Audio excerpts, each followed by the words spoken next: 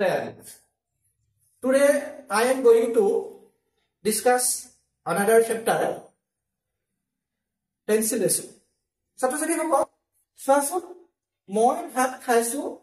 moi bhat khalo, moi bhat khayasu, moi bhat khaisilu. If baikpo gikhai dekhila, ei baikpo gikhai tumar ইয়াতে তোমাৰ আছে খাইছো খাই আছো খালো আৰু খাইছিলো অৰ্থাৎ এই অসমীয়া বাক্য কেইখাৰীৰ যি ভাৰ্ব অৰ্থাৎ ক্ৰিয়াপদটো কিন্তু প্ৰত্যেকটোতে বেলেগ বেলেগ বিভক্তি লাগি আছে আমাৰ সাবজেক্ট আৰু অবজেক্ট একেটাই হয় সাবজেক্ট আৰু অবজেক্ট একেটাই হয় কিন্তু ক্ৰিয়াপদটো যেটো বিভক্তি লাগি আছে সেই বিভক্তিটো কিন্তু বেলেগ হয় আৰু ক্ৰিয়াপদটোত লাগি থকা বিভক্তিটোৱে বাক্যকেইটাৰ টেন্স বেলেগ কৰিছে গতিকে আজি আমাৰ বিষয়টোৱে তেনেকুৱা হ'ব যে অসমীয়া বাক্য ইংলিছলৈ অনুবাদ কৰিব পৰাৰ সহজ উপায় অৰ্থাৎ আমি কেনেধৰণে সহজে অসমীয়া বাক্য ইংলিছলৈ অনুবাদ কৰিব পাৰিম গতিকে ছাত্ৰ-ছাত্ৰীসকল যে আমি এইখিনি জানিবলৈ হলে আমি পিছৰ যিখিনি কথা সেই পিছৰ কথাখিনি ভালকৈ আমি বুজি পাব লাগিব সামাজিক ছাত্ৰ-ছাত্ৰীসকল আমি আজি খুব সুন্দৰ এটা বিষয় আলোচনা কৰিব বিচাৰিছো সেই বিষয়টো হৈছে যে কেনেধৰণে অসমীয়া বাক্য ইংৰাজীলৈ সহজে অনুবাদ কৰিব পাৰিম এতিয়া কথা হ'ল কি যে বাক্যৰ কাল মানে টেন্স যেটো কথা নেকি আমি যোৱা ক্লাছত পঢ়িলো জানিবৰ বাবে সময় কুচোৱা টাইম অফ এডভাৰ্ব বিলাকৰ যোগেদি আমি বাক্যৰ টেন্সটো নিৰ্ণয় কৰিব পাৰো যেনে ধৰণে ধৰা আমাৰ টুডে থাকিলে যেনে ধৰণে এতিয়া আমাৰ টুডে থাকিলে কি হ'ব যে টুডে থাকিলে আমাৰ টুডে থাকিলে প্ৰেজেন্ট ইনডেফিনিট হ'ব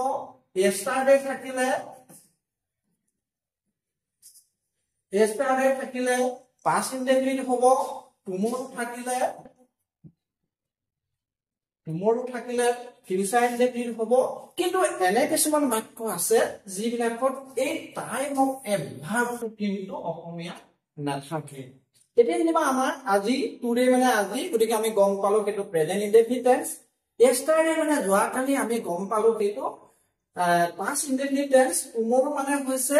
অহাকালি আমি গম পালো সেইটো future indefinite tense কিন্তু এনে কিছুমান বাক্য থাকে যিবিলাক বাক্যত আমাৰ সাধাৰণতে কি থাকে এনে ধৰণৰ টাইম অফ এডভাৰ্ব অৰ্থাৎ সময় কুচোৱা শব্দবিলাক নাথাকে অৰ্থাৎ অসমীয়াত আজি বুলি ক'লে আমি গম পালো প্ৰেজেন্ট ইনডেফিনিট টেন্স বুলি বা যোৱাকালি বুলি ক'লে গম পালো আমি past indefinite tense বুলি বা অহাকালি বুলি ক'লে গম পালো আমি tomorrow মানে future indefinite tense বুলি কিন্তু বাক্য এনে কিছুমান বাক্য আছে যিবিলাক বাক্য তোমাৰ এই টাইম অফ এডভাৰ্বটো নাথাকে এতিয়া আমি টাইম অফ এডভাৰ্বটো নাথাকিলে আমি কৰিম কি যে টাইম অফ এডভাৰ্বটো যদি নাথাকে তেনেবোৰ বাক্য ক্ৰিয়াপদত যোগ হৈ থকা বিভক্তি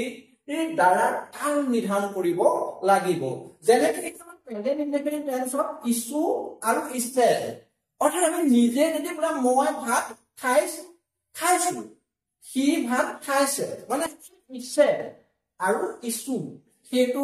দ্বাৰা আমি চিনি পাব লাগিব যে সেইটো আমাৰ কি টেন্স প্ৰেজেন্ট ইনডেফিনিট টেন্স তেনেকৈ প্ৰেজেন্ট কন্টিনিউয়াছ টেন্সত আছে আৰু আছো অৰ্থাৎ সি ভাত খাই আছে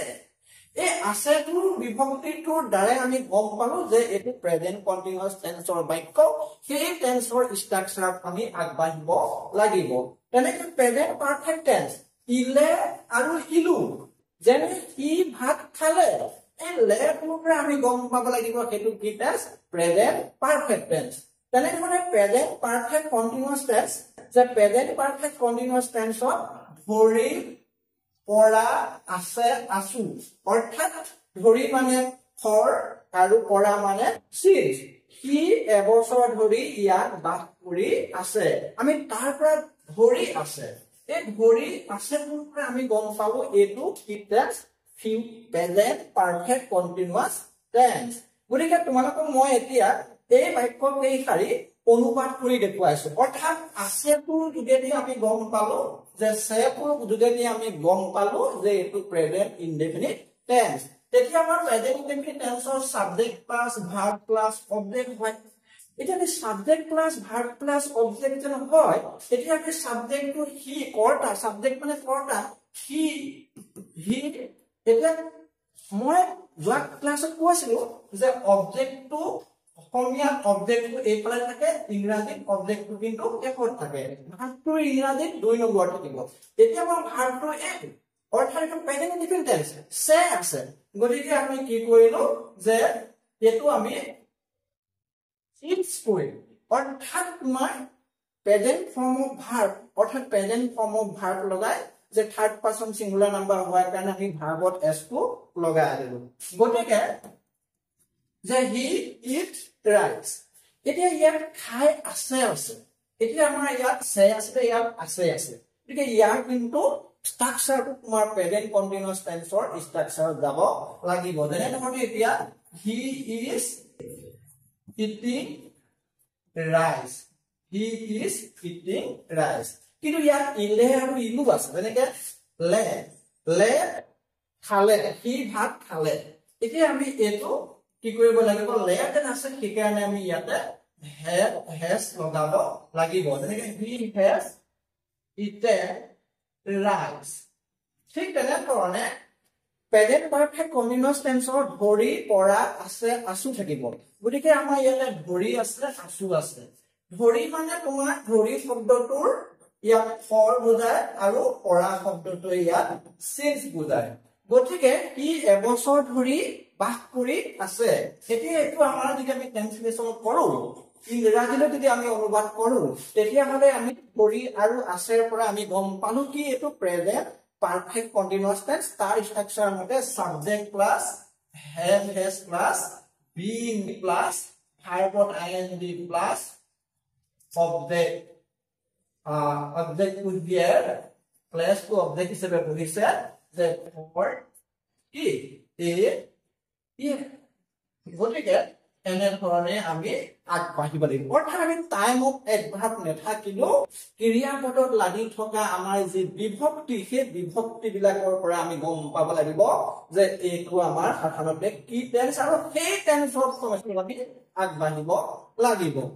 এটা ছাত্ৰ-ছাত্ৰী সকল আমি পাস্ট টেন্সৰ কথা কম যে পাস্ট টেন্সত আমি কি গিটা বিভক্তি গম পাই পেলাই আমি সেইটো নিৰ্ণয় কৰিম যে পাস্ট টেন্স এটা পাস্ট ইনডেফিনিটত তোমাৰ কি থাকিব ছিল হি ভাত খাই আছিল আমি যদি ইয়াত থাকিলে হেতে বলে হি ভাত খাই আছিল নহয় সৰি ভাত খাইছিল অৰ্থাৎ এই সিলটো লাগি থাকিব এতিয়া ইয়াত আমি কৰিবলৈ হলে যে সিল খাইছো আৰু সিল কোন পাৰ্থক্য চোৱা খাইছে আৰু খাইছিল কিমান পাৰ্থক্য এই যে সিলটো লাগি আছে তেতিয়া আমি এটো পাস্ট ইনডেফিনিটলৈ গুছি যাব লাগিব যে হি সৰি এতিয়া আমাৰ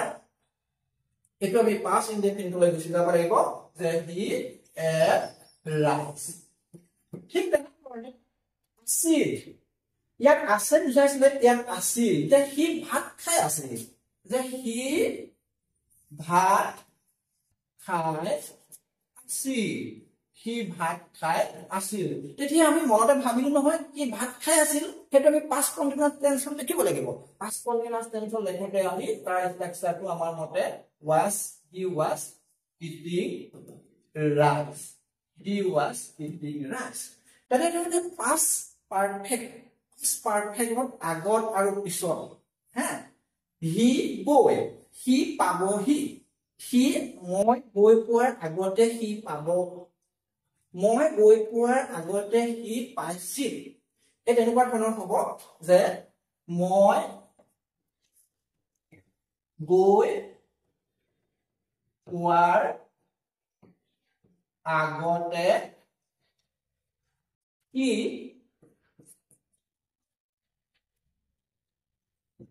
আহি পাইছিল যে মই গৈ পোৱাৰ আগতে হি আহি পাইছিল গতিকে সেইটো ইয়াতে তোমাৰ এতিয়া আমাৰ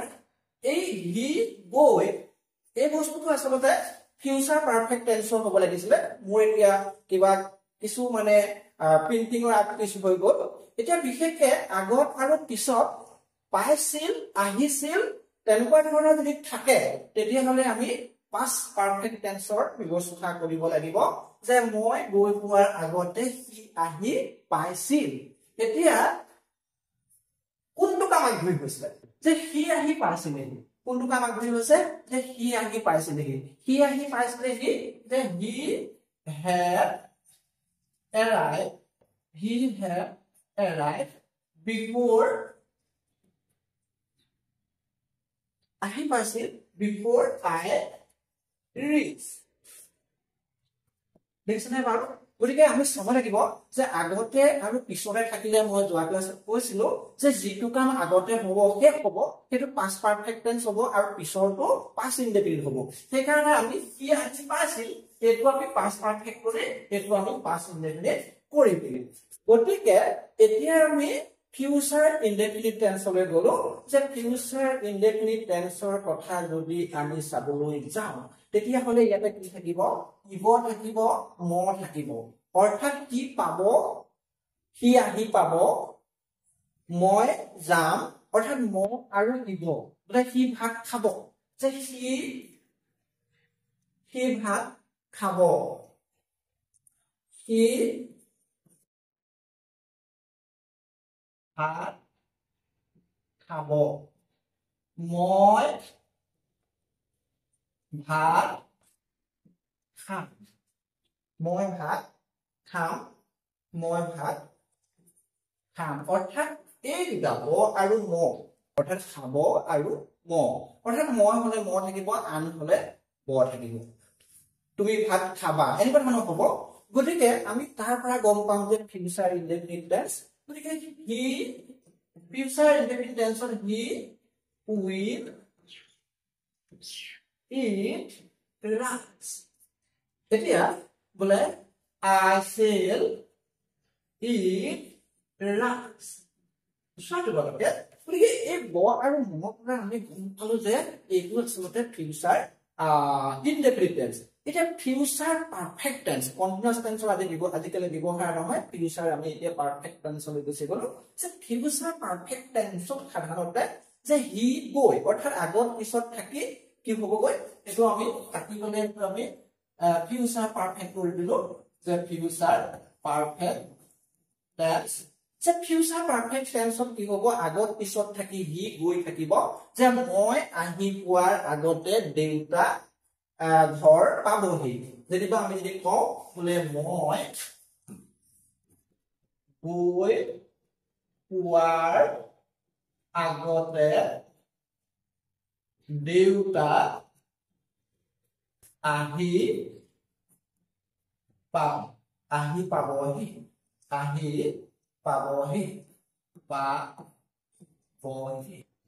তেতিয়া এই হি আৰু গৈ এই কথাকেইটা যেতিয়া থাকিব আগত পিছত থাকিব তেতিয়া আমি ফিউচাৰ পাৰফেক্ট টেন্স এটা কোনটো আগধৈ হ'ল যে দেউতা আহি পাবহি যে মাই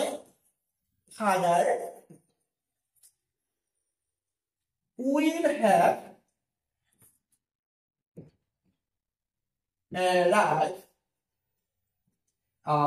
will have arrived before I reach গতিকে এইটো আমাৰ ফিউচাৰ পাৰফেক্ট টেন্স আমি এনেকে ধৰণে আগৰ পিছত থাকি হি আৰু গৈ থাকিলে আমি সাধাৰণতে ফিউচাৰ পাৰফেক্ট টেন্স বুলি বুজিব লাগিব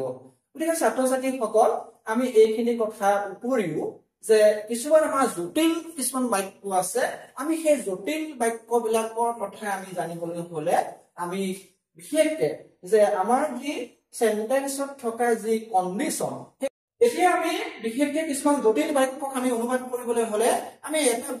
টেন্সৰ এটা বেলেগ এটা পৰ্যায় আমি শিকিব লাগিব যে এইটো হৈছে কি কন্ডিশনাল সাধাৰণতে কন্ডিশনাল চাৰিটা প্ৰকাৰৰ হয় zero' conditional first conditional second conditional আৰু থাৰ্ড কন্ডিশনাল আমি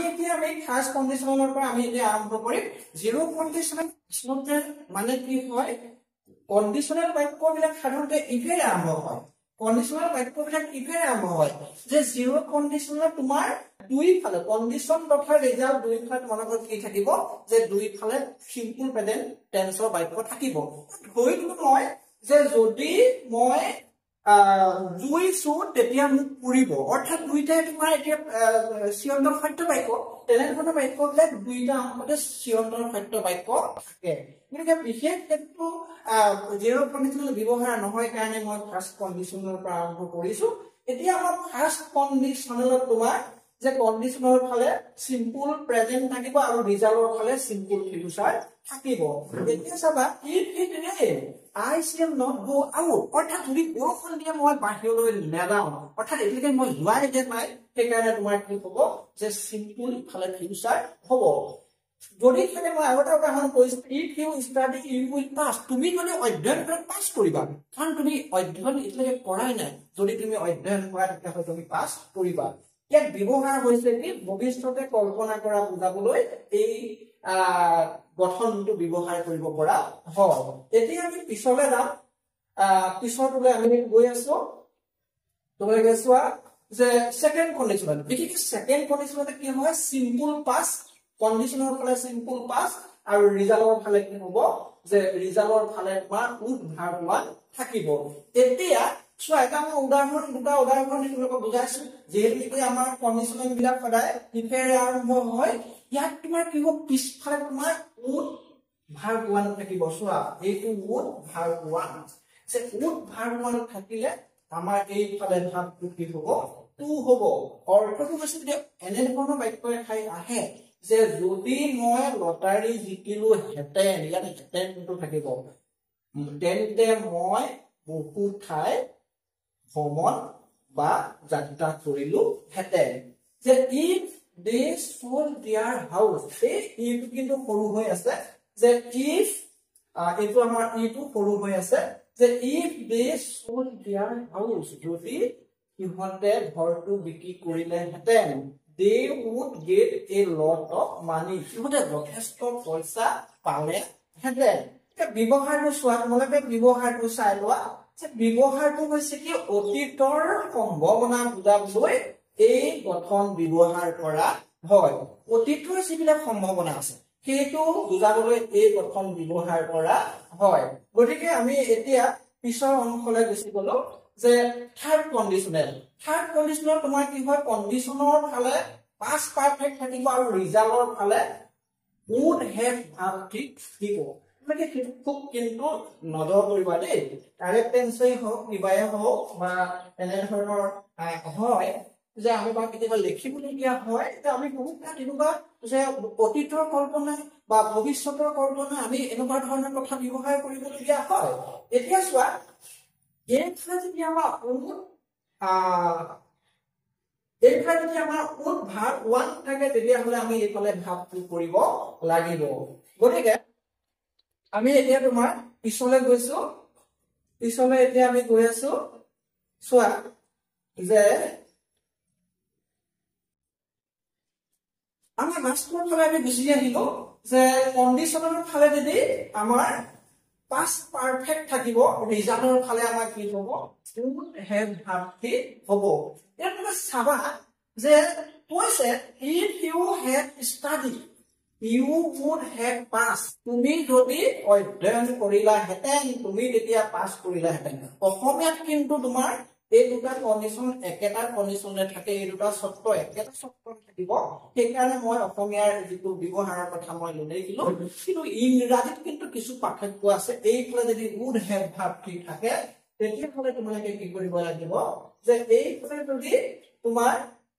would have verb থাকে যদি এইফালে would have verb থাকে তেতিয়াহ'লে তোমালোকে কৰিব লাগিব কি যে তেতিয়াহ'লে তোমালোকে এইফালে পাস্ট পাৰফেক্ট কৰিব লাগিব অৰ্থাৎ যদি would verb ওৱান থাকে তেতিয়াহ'লে পাস্ট ইনডেফিনিট কৰিব লাগিব আৰু would have verb থাকিলে তোমালোকে পাস্ট পাৰফেক্ট কৰিব লাগিব অসমীয়াত তোমাৰ একেটাই হয় যে যদি তুমি অধ্যয়ন কৰিলা হেতেন তুমি পাস কৰিলা হেতেন সেই দুইটা অসমীয়াত একেটাই হয় কিন্তু ইংৰাজীত তোমাৰ যে would have verb থাকিলে এইফালে ভাবটো কৰিব লাগিব আৰু would verb ওৱান থাকিলে এইফালে আমি ভাগটো কৰিব লাগিব গতিকে নিশ্চয় ছাত্ৰ ছাত্ৰীসকল মই ভাবিছিলো তোমালোকে আজি যিটো আমি অধ্যয়ন কৰিলো ইয়াৰ পৰা যথেষ্টখিনি তোমালোকে উপকৃত হ'ব পাৰিব বুলি ভাবিছো গতিকে তোমালোকে মই তোমালোকক শেষত এটা অনুৰোধ কৰো যে তোমালোকে যদি আমাৰ এই পাঠদানৰ পৰা কিছু উপকৃত হৈছা তেতিয়াহ'লে আমাৰ চেনেলটো তোমালোকে কি কৰিবা সাবস্ক্ৰাইব কৰিবা যে শ্বেয়াৰ কৰিবা আৰু আপোনালোকে বেল আইকনটো দবাই থবা যাতে আমাৰ এনে ধৰণৰ যিবিলাক পাঠ তোমালোকৰ ওচৰলৈ চবকে যাব পাৰে ধন্যবাদ